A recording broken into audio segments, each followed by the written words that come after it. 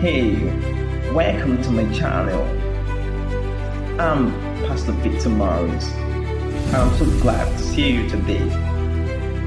I want to talk to you today on what the title, The Man in Christ. In the book of 2 Corinthians chapter 12, starting from the beginning, Paul of that chapter, Paul was talking about how, he got some revelations, how he ascended to the third heavens. From that chapter, you will actually know that Paul was actually talking about himself, but he did not want to use his own name. In fact, theologians have discovered that Paul was the one who went to the third heavens. Paul was the one who saw those great visions. But then, what's surprising is that Paul did not want to talk about himself. He did not mention himself. This is what he said in verse 2. He said, I know a man in Christ. I know a man in Christ. Instead of Paul he's saying that I am the one who went to the third heavens.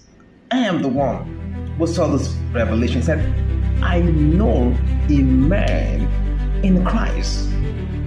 That's humility. That's the point. That's the peak of the Christian life. When you could go to the third heavens, when you could see revelation, when you could see the deep things of the kingdom, and then yet still you see, I know a man in Christ. I'm not the world. I don't want to take myself up. I don't want to take myself higher. I know a man in Christ. That is humility. Paul had experience. He had visions, revelations. But then he said, no, I know a man in Christ. What's the meaning of that? The man in Christ sees what the man in the world does not see. What's the meaning of that?